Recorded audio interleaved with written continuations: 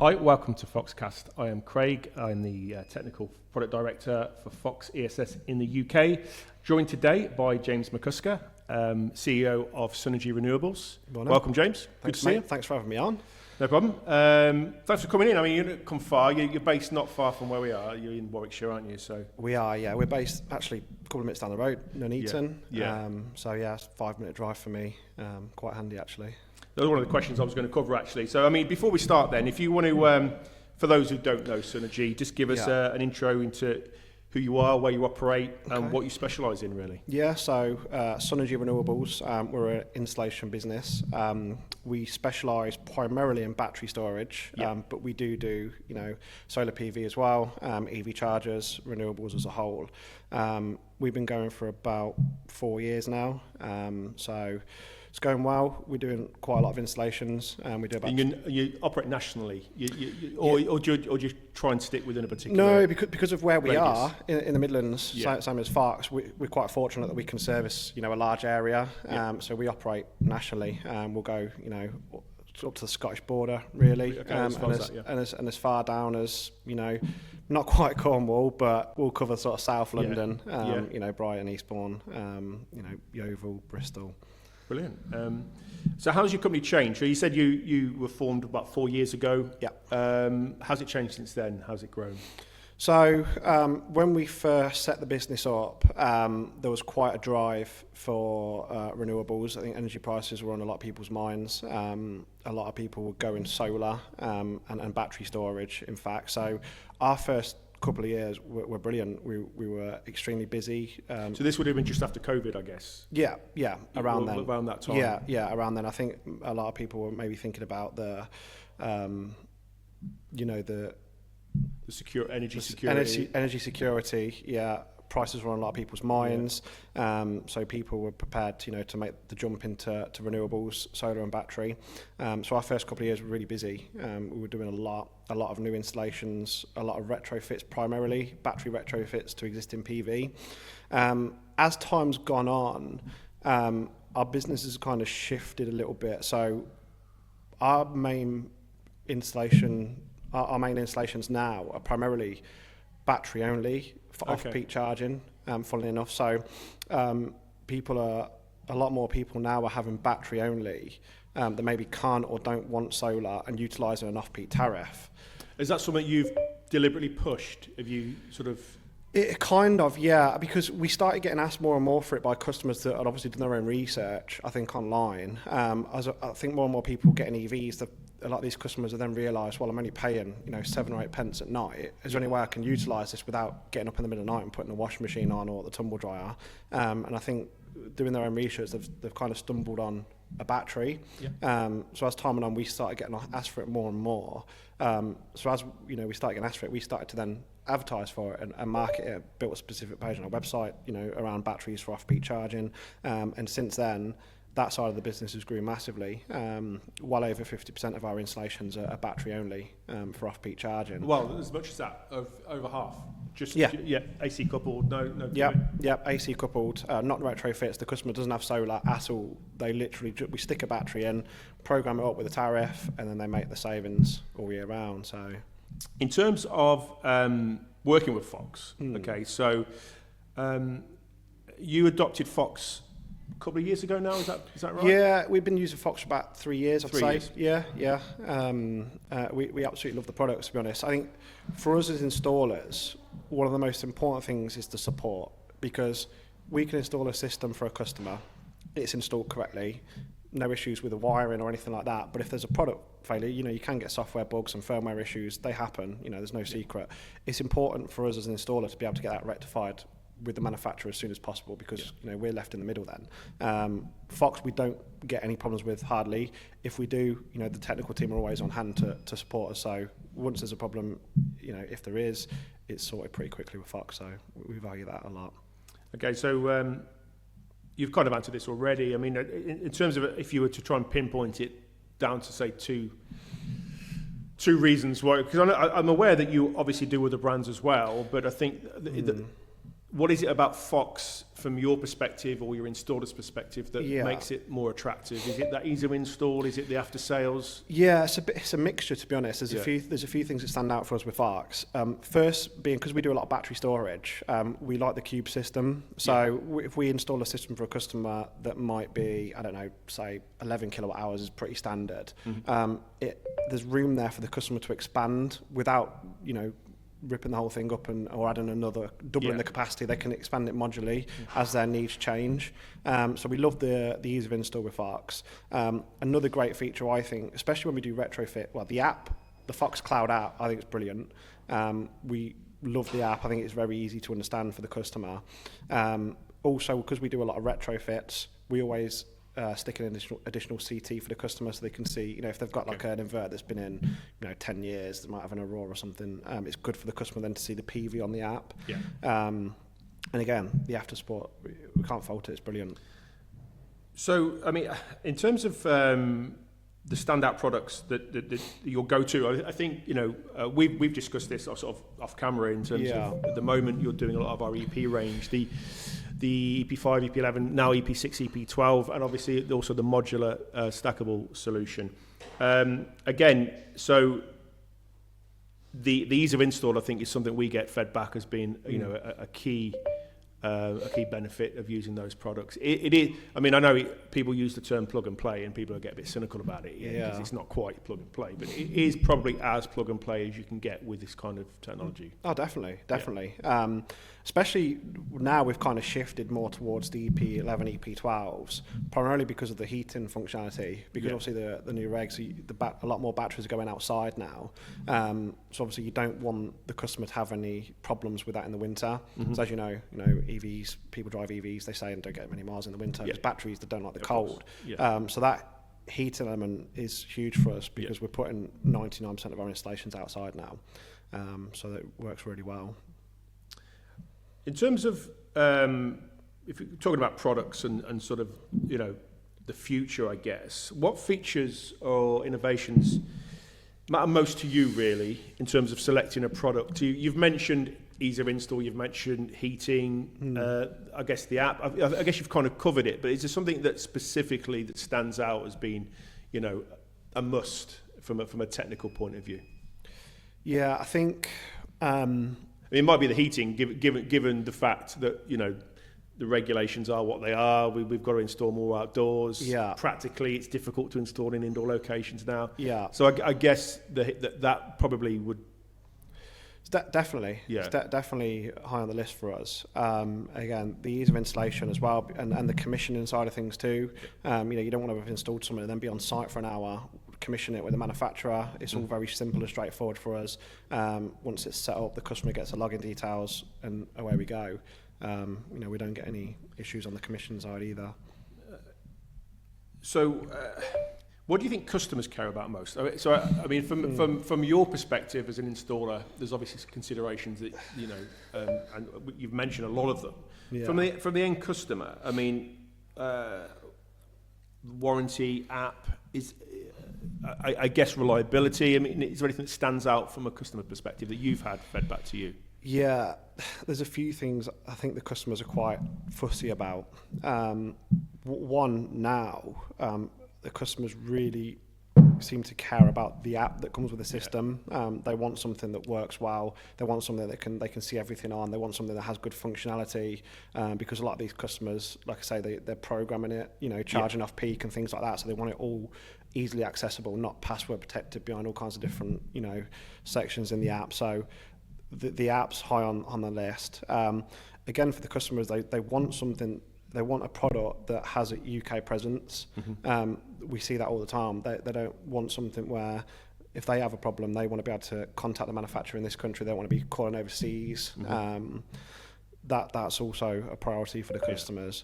And always comes down to price a lot of the time as well. So we can't get away with it not mentioning the price. And but I think it's a balance, isn't it? I think price obviously is key, but like you've said, the app, I would agree with you. It's surprising sometimes the amount of importance that end users place on that, and I do get it, and I think a lot of the development in the industry, particularly at Fox, is around the app. We're looking to introduce AI optimization. We've got some partnerships with third parties now that add value in terms of grid services and optimization. And I think that is becoming more important, it seems to me, to the end user. Yeah, definitely. I was going to ask you that actually, if there's any developments with AI with the Fox app, because I think there's probably a way that customers are looking to go. For sure, yeah.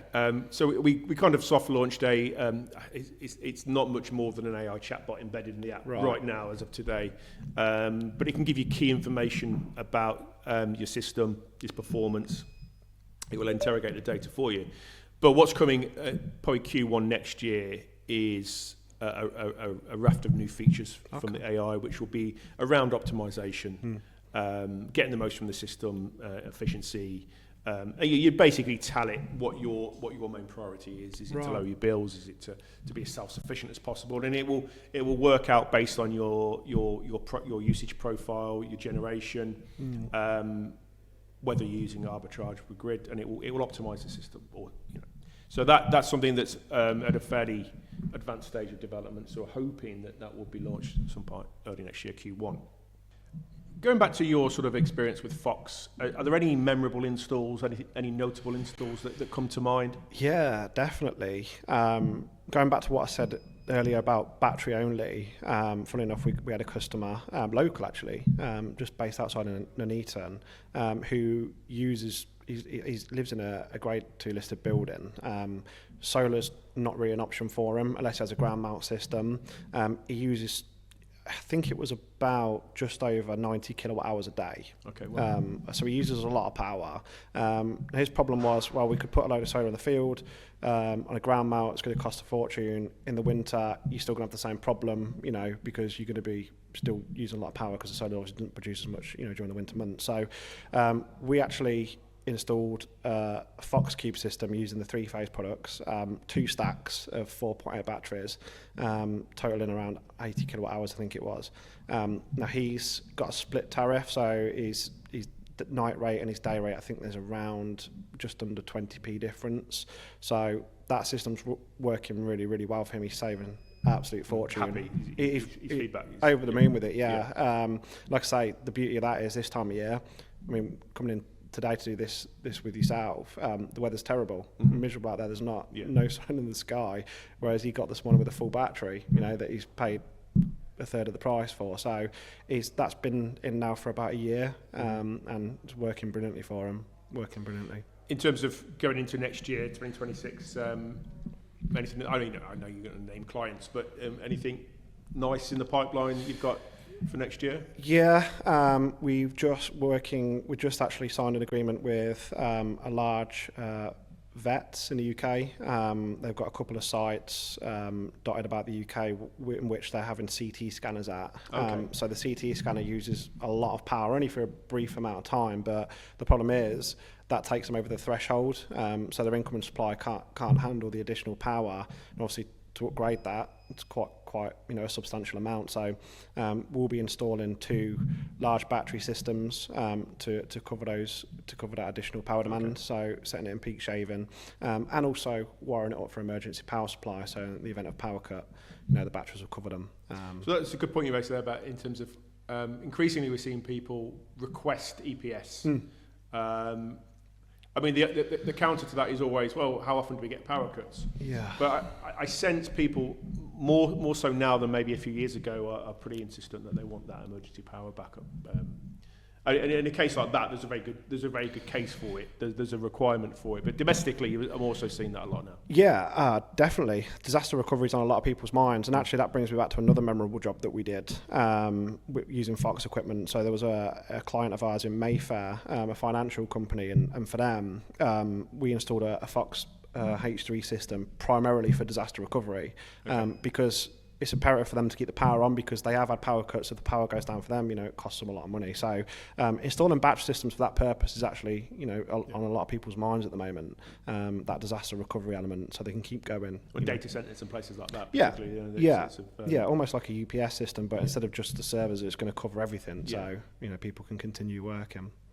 Great. So in terms of the outlook then, how do you see the market going into 2026? So is there any significant changes next year, or is it much of the same really in terms of? Yeah, I think for us, like I say, like we were talking about earlier, the residential side is definitely slowing down. I do believe in the latest budget they've announced the zero VAT rate on solar and battery to be cut. I think it's the end of 2026. So that's going to, that's going to be very challenging. It's going to have a huge impact on the industry. I think there's two ways to look at that. For us, we're going to look at it in a way of, well, you want to get it done before the VAT. Yeah, before there's 20%. There'll be a gold rush, I guess. Yeah, we've a seen little bit in of this that. Industry before. Yeah, a little bit of that. But yeah, I think that's going to make a huge difference to people going solar and battery. Yeah.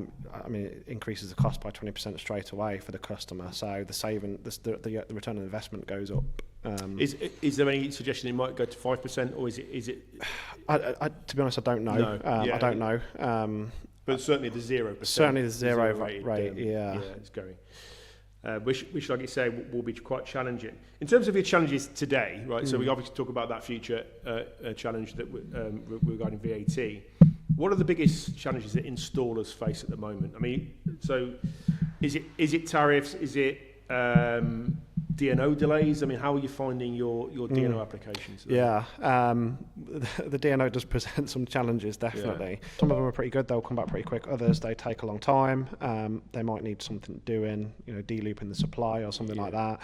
So it can be a bit of a... Many knockbacks in terms of, limitations or rejections from your applications recently? Or? Not really. I suppose with what we do, because we primarily do battery storage, there's not much... you're helping the export problem, but they still see it as the system can export. We did install a system locally on a farm. Again, it was a full Fox system, about 60 kilowatt hours of storage and 40 kilowatts of PV. We had some issues with the DNO on that one. There was an export limitation of only about 10 kilowatts. Okay. Which isn't great, but the customer was still fine with it because he's primarily using it to be self-sufficient. It's for self-consumption anyway. Yeah. Just moving on to sort of the customers. I mean, I think the industry's come a long way. I mean, I think you've been in it since about 2014, 15. Yeah. I think a year or two ahead of that. Back then, there was very little knowledge. You're finding people are now more clued up. I guess the internet, consumer forums, AI, it gives people knowledge, but it's not always helpful, is it? It's not always... It's not, no. We find now the customers are a lot more switched on. They've all done their research before they're inquiring with you. They go online, or maybe they ask ChatGPT or something, what's the best battery system in the UK, etc. But yeah, they're a lot more clued up now than they were a long time ago. Which I suppose in some ways is a good thing. Yeah. Having to educate them every time, and I think, you're obviously Sunergy are an approved partner of Fox, and as part of that scheme for accreditation, we vet installers, we make sure that they're ethical, we check your reviews, your customer feedback, your financial standing, all those sort of things. So I think it does help the companies like yourself that do come at this, for the long term, do things properly. Yeah. I think the days when people, could be sold to, the sort of old school call centre, door knocking type. I think the fact that customers are more clued up now, do have access to information, is probably a good thing. Yeah, definitely. I mean, you still do get a lot of that going on in the industry. You do. You're constantly battling, people like that. But we try and stand firm on what we believe. We know we do a good job for our customers. Our reviews speak for themselves, and we hope that the customers trust that. We're not the cheapest installer out there. Yeah. We're not. But we do. Well, it's that race to the bottom that sometimes doesn't help anybody, does it? No. Because what I've noticed, having been in the industry for over 10 years, is it's the companies that take that view, that do things properly, price fairly, look after their customers, run after sales, are the ones that are still here. Yeah. Lots have come and gone. Exactly. We're here for longevity. We want to be here supporting our customers in 5 years' time, 10 years' time. We're not here to get in and get out. We're looking at this for the long term. And so far, that's how we've been. We've got hundreds of customers all across the UK that we still support now that we installed 4 years ago, and we'll continue to support. So, excellent. So obviously I'm conscious, Fox, we're obviously very well established in the market. We currently have sort of the top market share in terms of residential, 3,500 connections each month. But there's lots of challenges and challengers to our position in the market. You're seeing them. What are your thoughts? Yeah, something I actually wanted to bring up with you actually is, sort of 5 or 6 years ago, there was only a handful of manufacturers in the UK when, speccing a system for a customer. But now, you go to any wholesaler and there's a selection of them. You can get 10, 11, 12 different manufacturers. A lot of them are new, up and coming and coming through the market. Just to mention a few names, Sig Energy, obviously they've had the challenges recently. I've seen, and there's a few that have, sort of newly established in the UK. Emerged, just seem to have come out of nowhere. So I just was curious to see how, as a manufacturer, you view, all these different manufacturers that are coming into the UK with different offerings and how you sort of set yourself apart from them, really. Because as an installer, we're presented with this selection, if you like, of different manufacturers, so. Because I've seen you there. You'll go to the trade shows, you'll go to solar and storage, and you look around and go, who are they? And they just emerge, and someone come, someone go. And I think from our perspective, you just got to carry on doing the right things. We're in a position of strength, and the way that we're structured as a company, and our ownership and our supply chain, and all the things that we talk about in our marketing that sets us apart. I think you've mentioned a couple of things, really. I think if you just do the basics well, good product, fair pricing. After sales is very important. And listen, we don't get it right every time. There might be installers watching this that will say, well, I had this experience. But generally, the feedback is good. Having UK, a very, very strong UK presence, keeping things local. So we're a global multinational company, but in each market, we keep things tight. We have a service centre here where we sat today, and we have, people on hand. So if you, as an installer, ever have an issue and you call us, you're getting through to local technicians, local people. I think that counts for a lot. And I think we have to keep innovating. And I think that's the best way of dealing with those challenges, is to make sure the products adapt, improve, move with the market, really. And I think a lot of the future growth will be around software.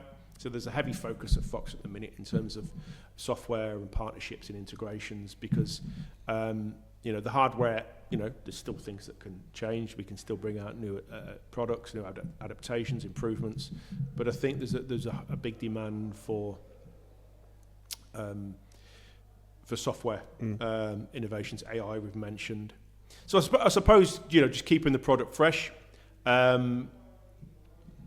Reliability. I mean, our failure rate is exceptionally low, which is good, obviously. And then in terms of our distribution as well, and the way that we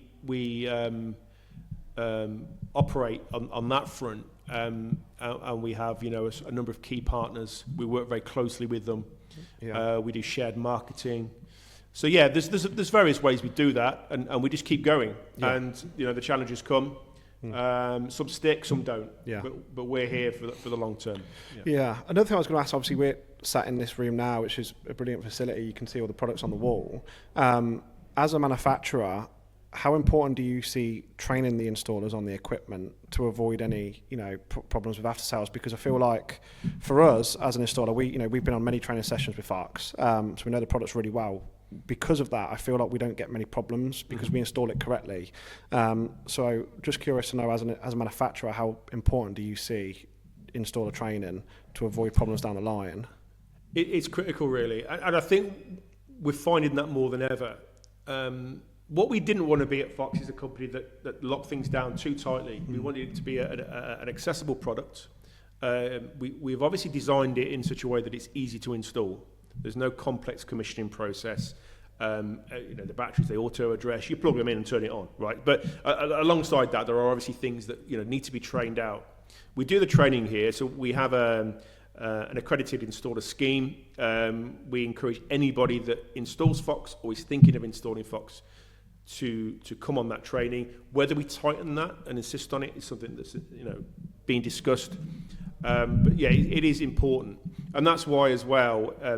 What we get a lot of end user inquiries. Okay, so people land on our website, they've heard about Fox, their friends or neighbours have got it, and they want us to recommend an installer. So what we've tried to do there is have a tiered structure with premier and approved partners.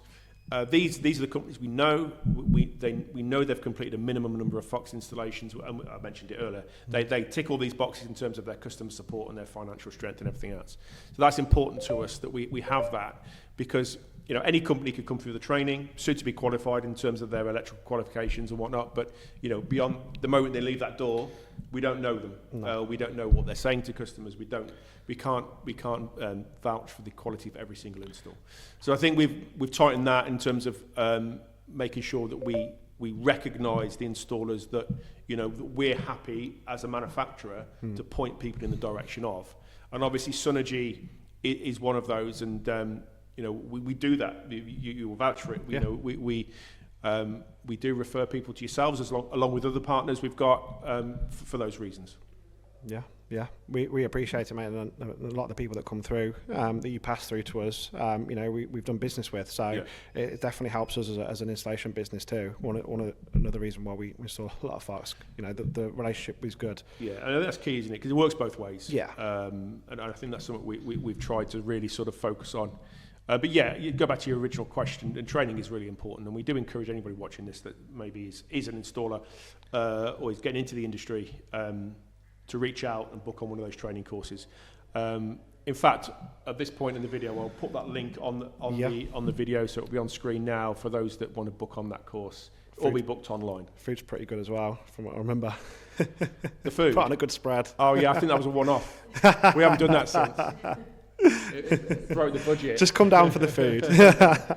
So now you've stitched me up there, because we're going to have to put food on next time. Michelin star but you get looked after, yeah. And it's not actually a particularly long course. People get the impression that they're going to be staying for 8 hours, and it's going to be like back at school, and they're going to have to do an exam at the end. We keep it pretty snappy. Yeah. We condense it into about 2 to 3 hours, normally about 3 hours. Because what we're not going to do here is we're not going to teach somebody how to mount an inverter on the wall or to do the basics in terms of wiring. There's an assumption that you already know that. Yeah. What you're here to find out is about the products, how to install them, how to commission them, do's and don'ts, common issues. So I think we keep it to quite tight in that sense, and we don't bore people. So it's not going to be a death by PowerPoint for 8 hours. It's pretty snappy. In terms of some closing questions really for you, James, if that's all right. In terms of if you're well established in the industry now as a company, and also yourself personally with your history, one piece of advice that you'd give instead of saying installer entering the industry, what would you say to them? I know you don't want more competition. Yeah, it's quite competitive out there already. But. It is. It's quite a difficult question, actually. I think the biggest piece of advice I could give to someone wanting to set up an installation business is, it sounds cliche, but I think it's true, is put the focus on the customer experience. They're the people spending the money with you. At the end of the day, they should be your priority. Make them feel like that. Typically with a solar and battery system, it's not a small investment for people. They're spending quite a lot of money on something. So you need to really, really, really put the emphasis on them. Do the best job you can for everybody, whether it's a small job or a big job, doesn't matter. They're still spending money with you in the day, and you should be grateful for the business that you're getting from them. So really, what we try to do is really put an emphasis on making sure the customer's satisfied from the very first contact all the way through to the end of the job, because we rely on them telling their friends and family. I've had a system installed by Sunergy, they were really good. We love that. We love to hear good feedback from the customers. It's the most important thing to us. And I think from our perspective as well, that we would echo that, because ultimately it's your customer. It's not ours. They've got Fox equipment. They need to know we're here, and that they've got our backing in terms of our warranty and our support. But it's your customer, and that relationship is key. That they need to feel that you're on the end of the phone. Yeah. It's happened where installers that have the slightest issue or question have just pointed end users directly at us. Yeah. And we're not saying that we won't deal with them. Of course we will. But at the end of the day, it ought to be the first port of call ought to be your installer. Of course. Because the issue might not even relate to a Fox piece of equipment anyway, because the system comprises of all sorts of elements, So, it's good to hear that, because I think that is key. So important for us. And again, one of the reasons why we use Fox, because like you just say, there's many times where the problem won't be product related most of the time, but if it is and you get a software problem, we need to make sure we get that support from the manufacturer to be able to support our customer properly. Yeah. And Fox, again, brilliant for that. We're always on the end of the line for us. The technical team are. We call them up, we get it resolved straight away, so the customer doesn't lose faith in us. In terms of the customer, so my final question. What's the one thing that you wish customers would understand before they start their journey into storage? It's a good question. And honestly, I think it sounds cliche again, but I think the customer needs to understand that price isn't the be all and end all for an installation. There's so many factors that go into pricing a system for a customer. Quality of the product, performance of the product, warranties, support, quality of the installation, the fact that we're not doing jobs just to get in and get out. We're doing jobs to sustain a business, and because we want to be supporting these customers in 5, 10, 15 years. So we're not going to be the cheapest, and we don't use the cheapest products. We're fairly priced. We use products that we believe in. We know work well. We know we can rely on support from. So I just wish that customers would understand that it shouldn't and doesn't always come down to price. It shouldn't be the be all and end all for choosing an installation company. I totally agree, and I think we've seen that, we've experienced it. Where customers of their installation companies cease trading, that they were get out. And when you price a job, like you say, it's got to be fairly priced, it's got to be competitive. But all sorts of factors are at play here. So the quality of the product, its reliability, the warranty that backs it. As you've said all this yourself, the installer, and crucially, in 5 years, they're at the end of the phone to help you if you need them. Yeah. So, I totally would agree with that. Well, exactly. Well, thanks for coming in. It's been great to see you. I wish you the best for over Christmas and New Year, and best to your family, and the best for 2026 for Sunergy. I hope it's a big year for you guys. And maybe we'll get you back at some point. Yeah, maybe I could bring Mason with me as well, yeah, our technical director. And we'll have a catch up at some point. But yeah, it's been great to speak to you, James. Thanks for coming in. Yeah, thanks for having me on, mate. It's good to see you again. Thank you for watching. So this is Foxcast. We'll be speaking to various people from the industry over the next few weeks and months. Installers such as Sunergy, distributors, regulators,